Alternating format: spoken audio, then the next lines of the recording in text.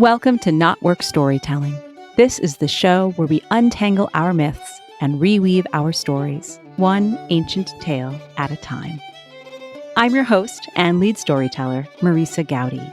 I'm a myth worker, a story healer, a coach for writers and creative entrepreneurs, and the author of The Sovereignty Knot, A Woman's Way to Freedom, Power, Love, and Magic. If you love what you hear and want to support the show, I'd be so grateful if you become a paid subscriber on Substack. In my newsletter, Myth is Medicine, you'll receive bonus content related to the stories on the show and deep dives into how mythology and folklore can help the individual and the collective in the present moment and beyond. There's a link in the show notes to follow Myth is Medicine on Substack, or you can simply visit mythismedicine.substack.com. Season 4, Episode 11, My Life as a Prayer with Elizabeth Cunningham.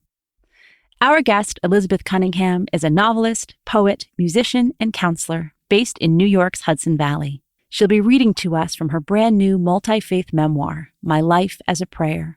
She is the author and illustrator of the Book of Madge, a graphic novel, which is the source of her best-known work, the 4 books in the Maeve Chronicles.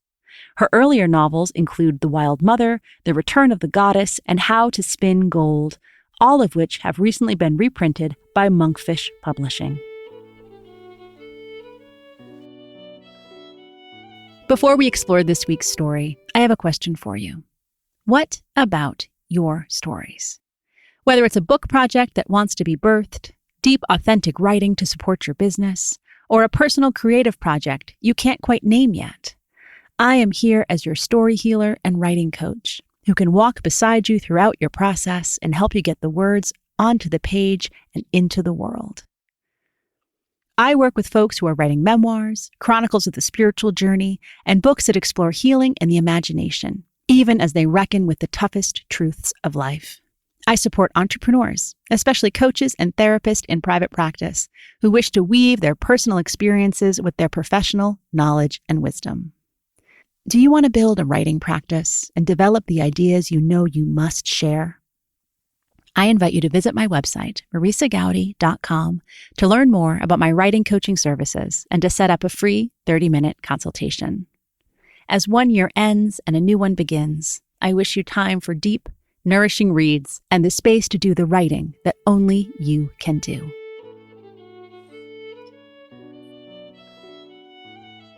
I am so excited to welcome Elizabeth Cunningham back to the show for the second time.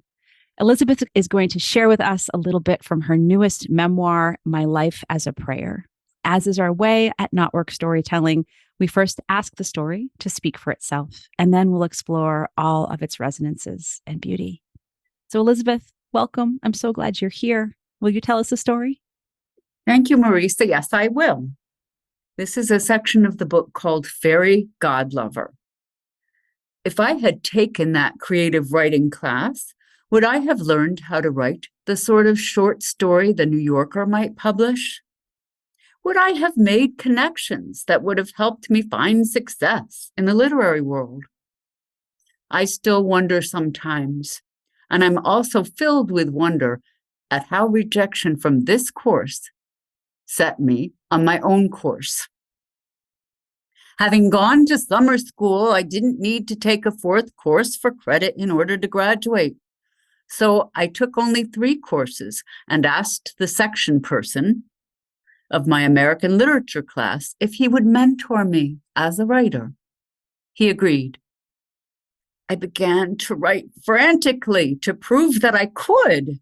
Pages and pages about people who might have lived in the Somerville neighborhoods I walked, people about whose lives I knew nothing. Maybe my father was right. Reality was grim, and I didn't know a thing about it. Note, I am not a proponent of the write what you know school in any strict sense. I have written, convincingly, I hope, about first-century brothels and battles. It's different to write about things you haven't lived in your own era. I had no illusions that these attempted stories were going anywhere. I had no idea how to plot them or inhabit them. and yet I showed them to my mentor anyway. It is significant that I trusted him enough, maybe trusted myself enough to let him see my failures. I can still picture his face as he sat across from me in some Harvard Square cafe. How to describe the look of someone who's about to tell you the truth, who is about to change your life. I don't remember what he said about the stories I'd attempted. Did he just shake his head? Somehow he indicated that the writing I'd shown him wasn't worth critiquing. Then he spoke the words that opened the way to the rest of my life. You need to think about fairy tales. There are only 5 or 6 plots in the world. He gave me a copy of Peter S. Spiegel's novel, The Last Unicorn, and sent me on my way. I went home and spent the weekend alone, reading the novel and thinking.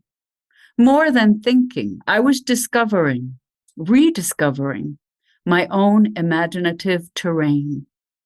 On my bookshelf were the Chronicles of Narnia.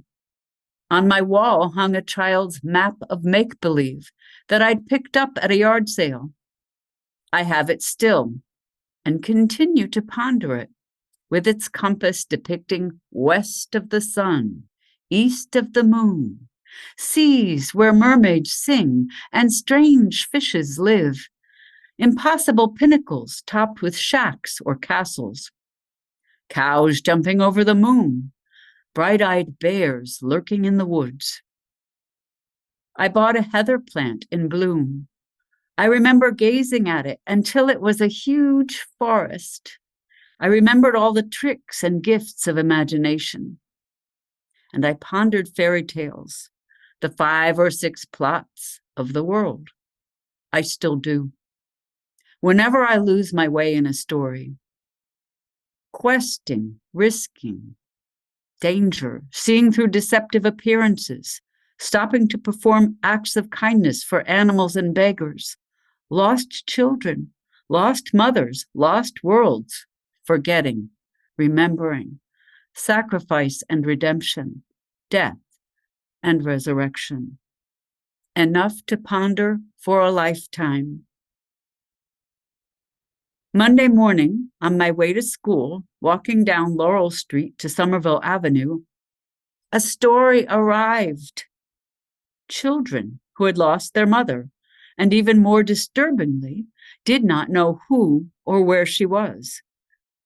Their frightening father had kept her a secret. I will never forget that moment. The story so vivid in my imagination, as well as a heightened awareness of my surroundings. Even broken glass in the gutters and wind-blown trash remain in my memory. By the time I got to school, the 6 main characters had assembled. The human characters, and one who was other than, more than human, Lilith, the wild mother.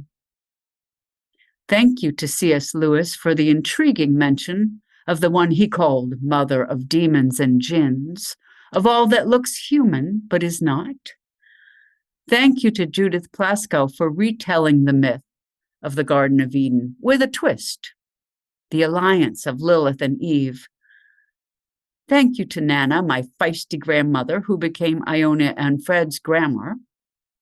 Thank you to all the influences and elements known and unknown that gave me the wild mother. Thank you to my fairy god lover, for so he was.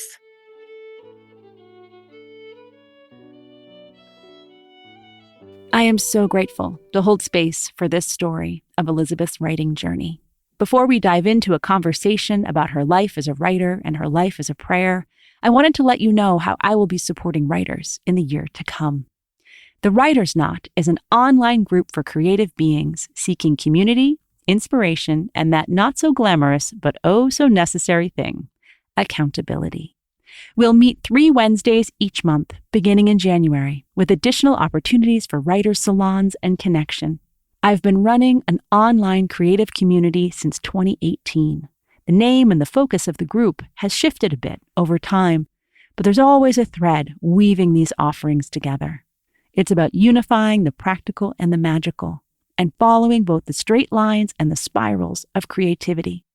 It's about being inspired by a circle of like-minded, like-hearted creatives who know they have something to say, even in the midst of all the distraction and conflict happening in this world. In the new year, I'm excited to bring us back to basics and hold space for you to really get the writing done.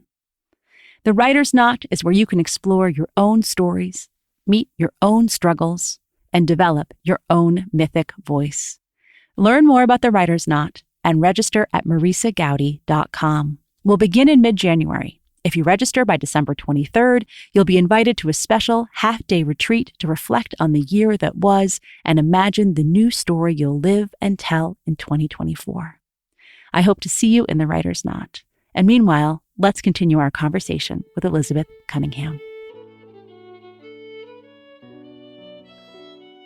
Oh, Elizabeth, thank you for bringing us into that moment in your life that just seems to have unfolded into so many other moments.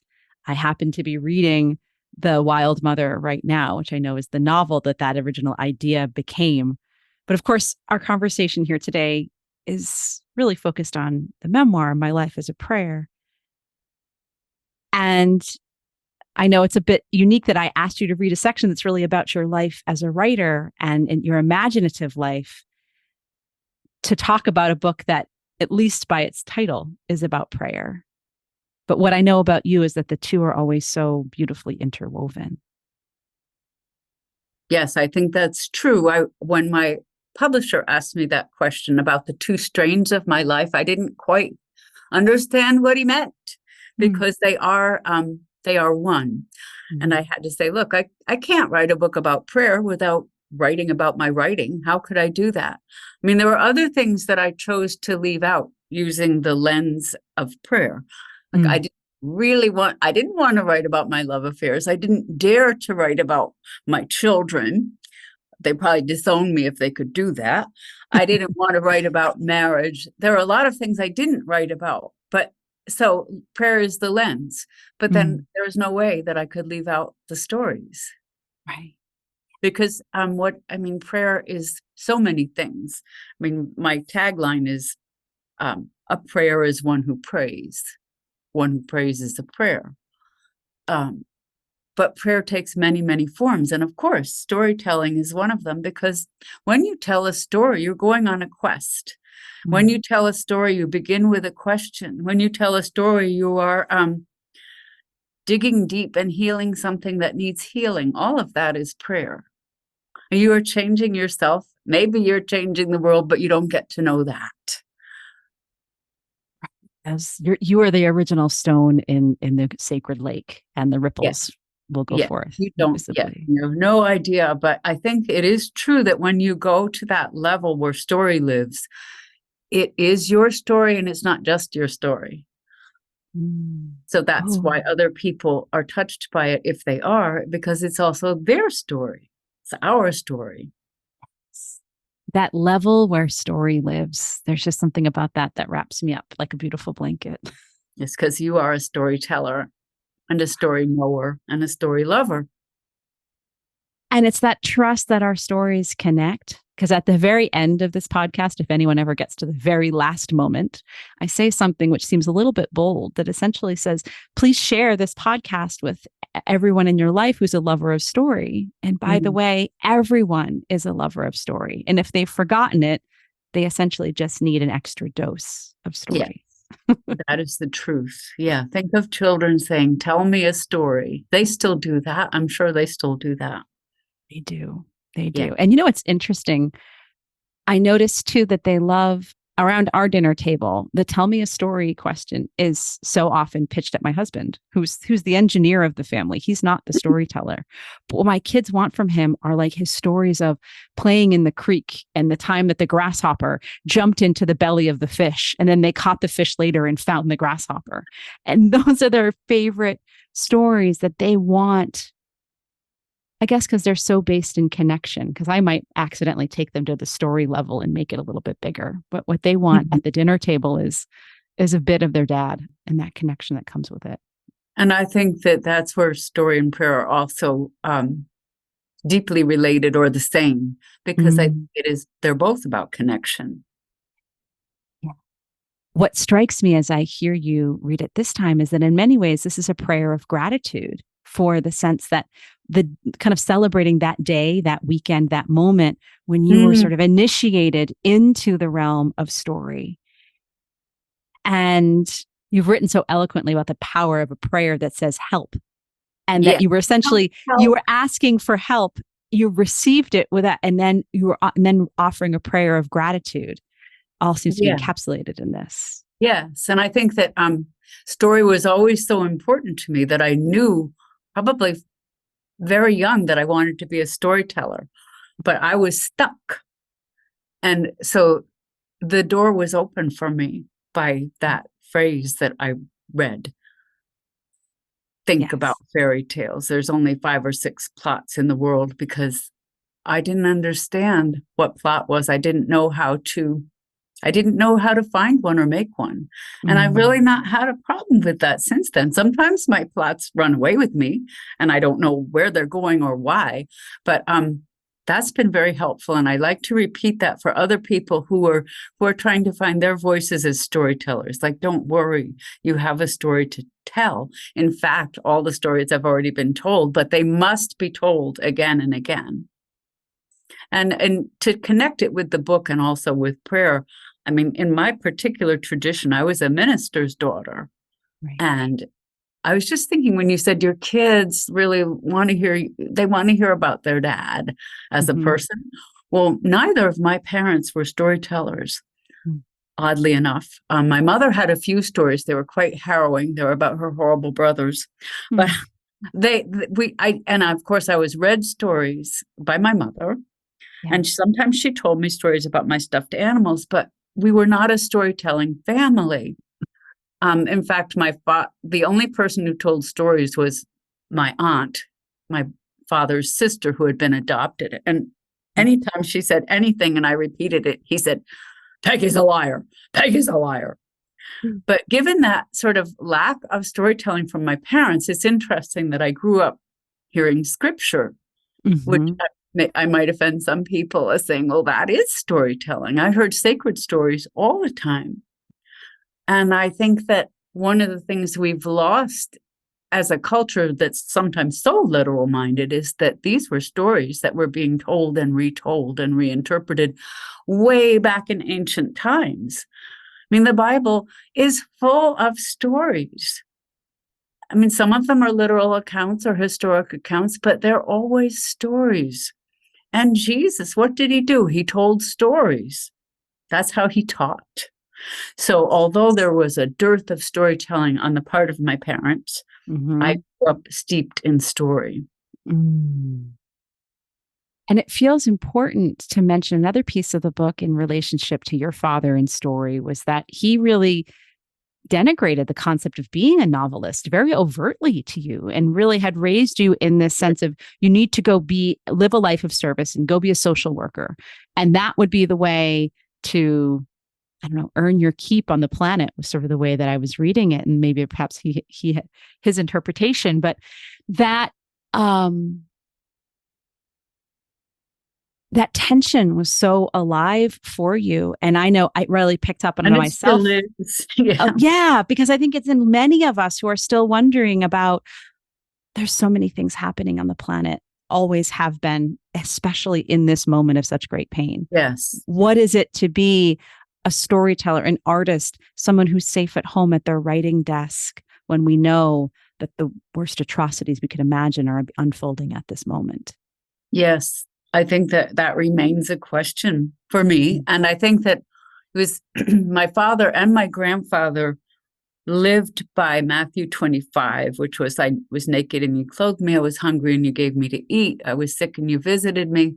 My father also liked to stress that this just wasn't about individual good deeds. This was the nations shall be judged. So everything had to be at the level of social action and social justice.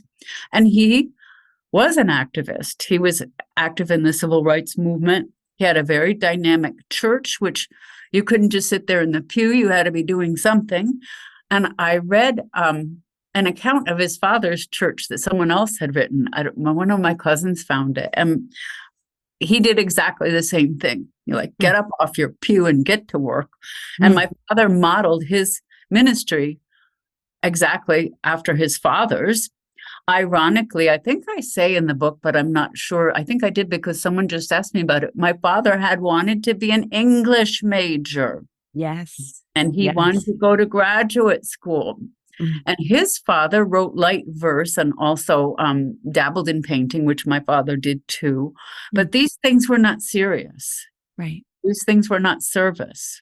And I also tell the story in the book about that went in very deep. And the first time I met a writer, a real writer, a grown-up writer, Jay Williams, who wrote children's books as well as adult novels and mysteries, I said, yeah, I'd really like to be a writer, but I can't be a writer because, I really need to be a social worker first because I don't know anything. I told him when I was 15 years old. And he looked at me, shrugged, and said, Jane Austen, what did she know? Right. Yeah. And then he proceeded to tell me how she, sat at the kitchen table in her family's house and wrote some of the greatest novels in the English language that we still read. Yes. So that tension that you mentioned is still there. It's like, and as I get older, I still wonder, am I doing enough? Is there something else I'm supposed to be doing? And I think that one thing that writers do that is socially useful, novelists, storytellers, is we understand what story is, we understand point of view, and we understand how to hold two opposing views and how to have sympathy for two opposing views. And this is also something that it's at risk right now in our world and our culture. So perhaps we are more useful than we know.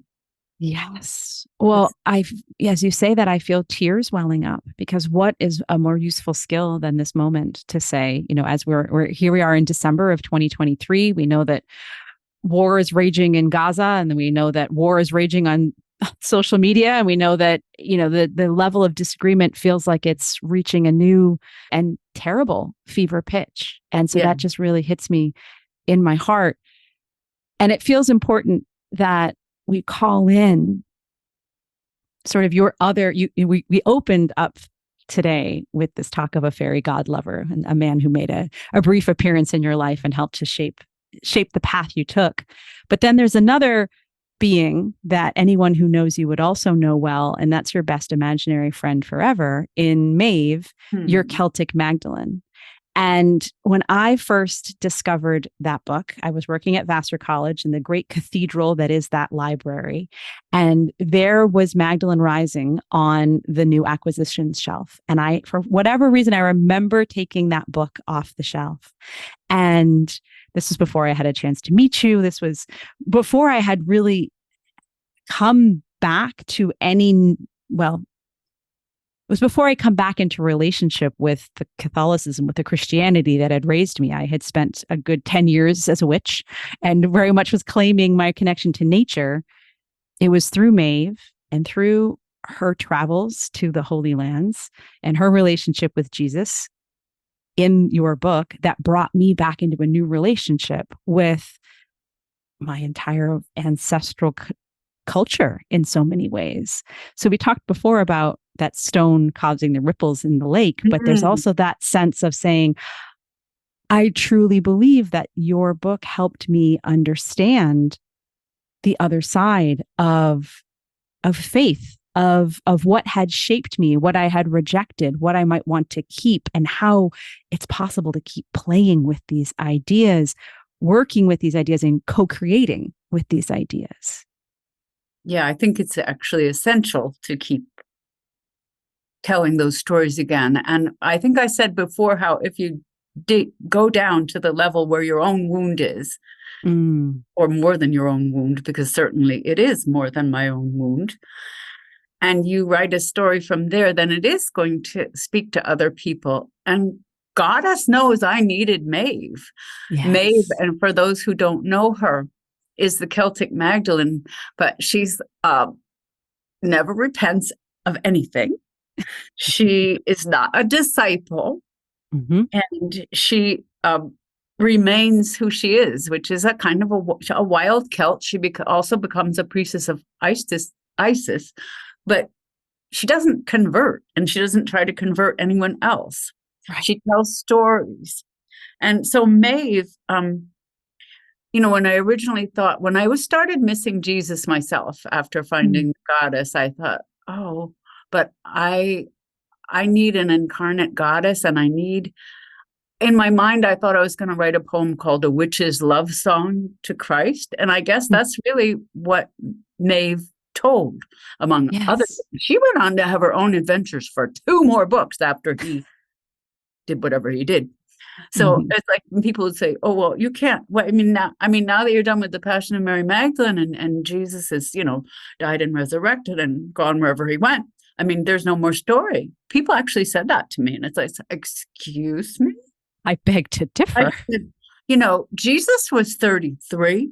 Yeah. Right now, I just turned 70. But I went through childbearing. I went through having, extended family and a mother-in-law. And, I went through the deaths of my parents. And I went through a whole lot of things after the age of 23. And I said, Maeve is not getting out of any of that. She's going to go the whole way with us. And she did. Yes. She went right into old age. And also in Red Robe Priestess, speaking of these times, I keep thinking of that book that I didn't expect to write. It was the 4th book of what I thought was a trilogy.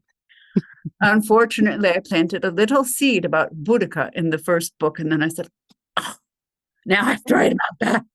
So I got to write about Maeve being torn in a culture that was torn apart, in a culture that was facing its end.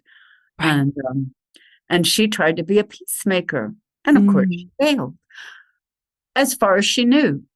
Well, she did. And so it's sort of like for me, she's like still my companion in this time of so much tragedy and atrocity that she was a witness to also. So she's our companion through seeing something that she loves being torn apart. So she's our companion. And that's a big prayer. Yeah. And that's so much of what your book is a constant invitation to just really unfold what we might believe prayer could be and what we were taught it was when we were young.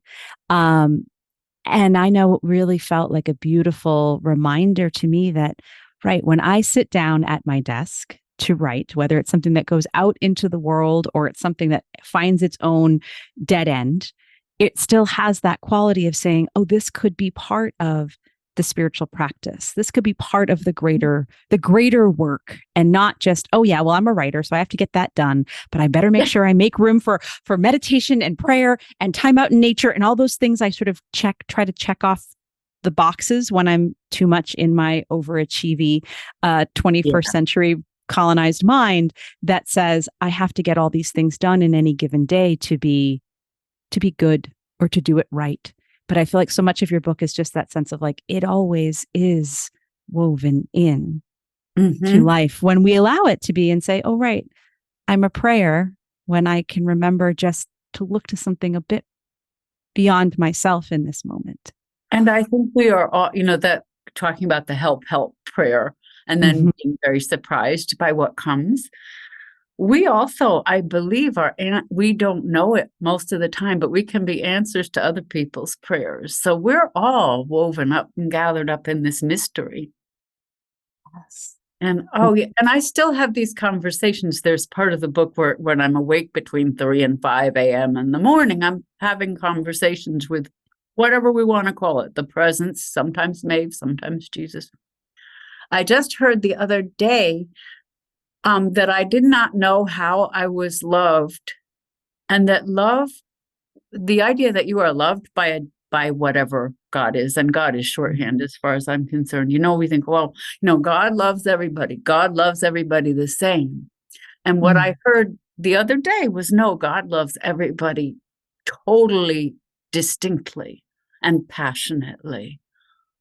And you don't need to understand how that works. But I was thinking of that when you said, how do you value what it is that you're doing when you think there's so many other things you ought to be doing? Right. And possible as it is to believe sometimes we might be valued just exactly as we are. Possibly the things that we think are our flaws might be the things that are also our gifts and that are most needed. Yes. And we get to understand that most of the time, but maybe it's so. And this is such an inarticulate thought at this moment, but I want to try it. If that sense of whatever our shorthand, if God is our shorthand for that greater spirit and presence, that in certain traditions has been given to us as omnipotence, beyond imagining the power of this divine being.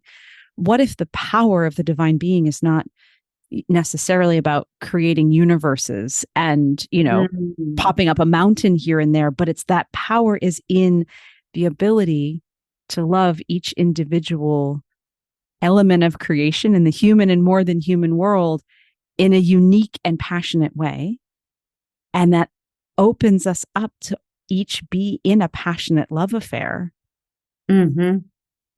with the all. And there's, again, that's probably deeply inarticulate, but it feels like an infant thought that's also very, very old. Very articulate to me. And I think the location of God is something that is a mystery and is troubling. When I start my formal prayer, because, I think everything is prayer, but when I begin, I say that I am praying to, with, and for the spirit that lives in and through all things. I feel sorry for whatever that spirit is sometimes. And I think it's very troubling these days. I watch clips of what's happening in Gaza, and over I hear people there saying, only God can help. And a grandmother saying to her granddaughter, only God can help us. And then I think, TF is that being doing? So I think it's a troubling thing to think, well, who are we? What are we? What is prayer? What are we praying to? What does prayer do? I opened one interview with, somebody said, well, aren't we just praying for what we desire, what we want, and prayer doesn't work? And it's like, okay, I hear you. We're praying for peace. What is peace? How does it come? And I said, you bet it passes all understanding, Jesus, because where is it? And how do we find it? And how do we create it? And how do we live it? I don't know any answers. So I think part of what the book is for me is questions that lead me on quests, not to conclusions. Yes. And that peace is not necessarily passing the correct bill in Congress and having a certain election go a certain way. It instead is part of, what is peace in an individual moment? God forbid, it's that sense of praying for gentleness and feeling loved in that last moment for a baby in Gaza, because sometimes maybe that's what seems possible in this moment, all the way up to saying, and yes, we've finally sorted out this seemingly impossible and intractable political quote unquote problem that has ravaged so many lives. Yes, and is ravaging so many lives and at so many levels. I know I was a family member who I think we have a kind of a basic disagreement about some things at this time that surprised me. And I said, I think my contribution to peace right now is not to pick fights with people. So it's like, sometimes maybe here we are at our desks, not really doing anything. And yet we have opportunities to create peace by listening to someone instead of judging them. And by allowing differences to exist without being creating a kind of psychological or emotional violence. Yes. Doesn't seem like much, but it's like, well, this is where we are right now. So what can we do and what can we be? Yes. Mm.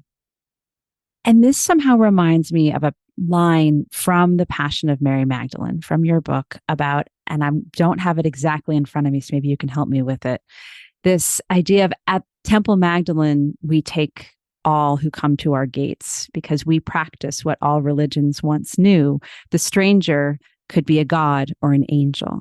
Yeah, that's close enough. That's the conclusion of it, that you have to look at everyone as if they were God or an angel coming to your door. That's one of the big stories in the Bible, really. Right. Mm. It's like, Right. Don't judge and don't turn someone. I mean, not that there's other stories that totally contradict that, but that is a very strong theme. And many, I think it's important to understand history and context a little bit, because what a lot of people may not realize is that the Good Samaritan that Jesus told a story about was someone that was reviled by people, by his people at the time. Right. So he was saying, look, this person that you think is despicable Mm-hmm. and lowly and other is the one who gave help. Yes. So I think he was telling that kind of story all the time. And God knows we have a terrible, goddess knows, we know we have a terrible problem with making the other bad and unacceptable and projecting outward whatever we want to project. And Jesus is like, no, Right. that's not your challenge. Your challenge is to see God in the other person. And that feels, like you said, more contemporary than is possible to imagine. Very. Yeah. In our conversation, I feel like there's a theme that keeps coming up that I feel like I want to mention, because it's really a theme of this whole Knotwork storytelling project. And it's a word, it's a phrase in Irish that's fitcha, which means interwoven. Mm. And I feel as we're talking about that as the nature of us as spirit beings, as human beings, as beings on this planet, talking about your interwoven creative storytelling life and your spirit life all weaving together. There's a way in which I recognize that's part of my own prayer. And it's sometimes it's more symbol than, again, easy to say it in any set paragraph, but that sense of how we're constantly called to keep weaving and interweaving. Yeah. And as you said that, an image came into my mind of that things can be torn. Yes. And then they can be mended and rewoven. Mm. And I think that is what the word tikkun means. That's the concept of tikkun, the Jewish concept of tikkun, mending the world. Yes. And so storytelling is one way to do that, as you were saying. Right. And I'm sure you've written many a woman who has sat down and been knitting or weaving and been with fabric as part of her reweaving the world, her repairing the world, her weaving her own story. Yeah, that's what How to Spin Gold was about, among other things, I think. Yeah.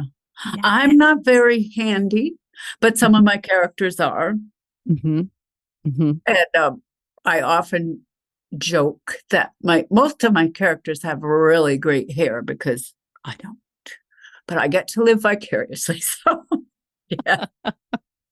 And I think that's one thing that reading and writing and praying does. Also, I mean, not to be flip now, but to be serious, is it takes you into experiences and points of view that you don't have in your own, your own individual little life.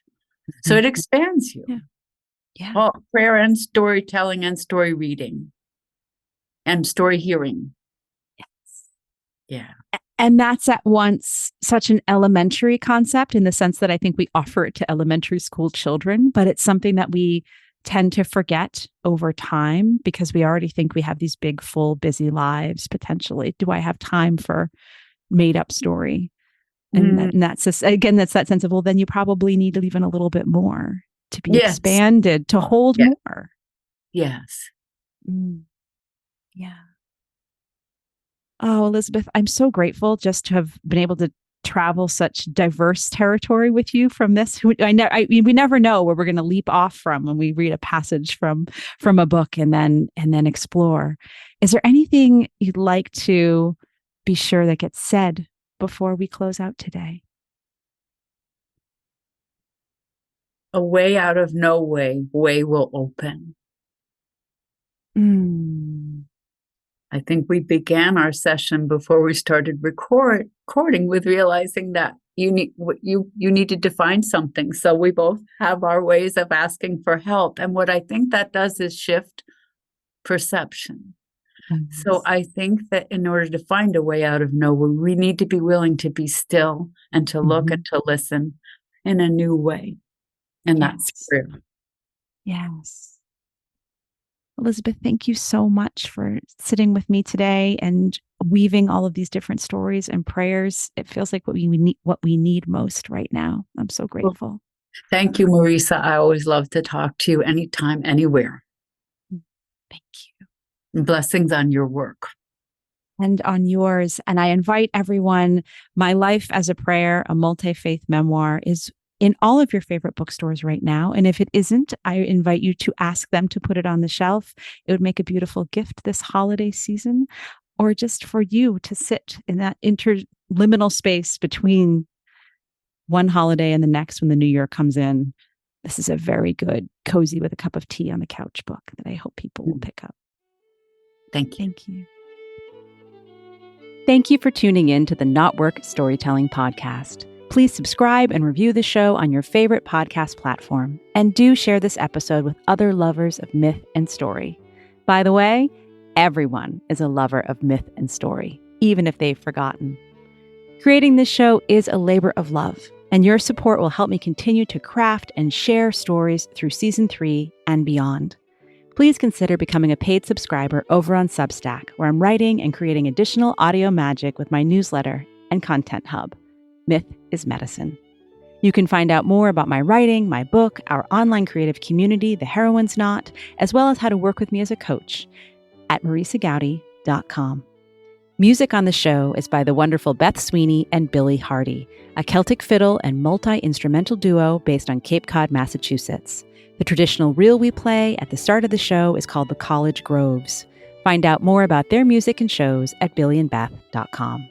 Gratefully, I live, write, work, and record this podcast on the ancestral lands of the Munsee Lenape tribe, whose name means original people.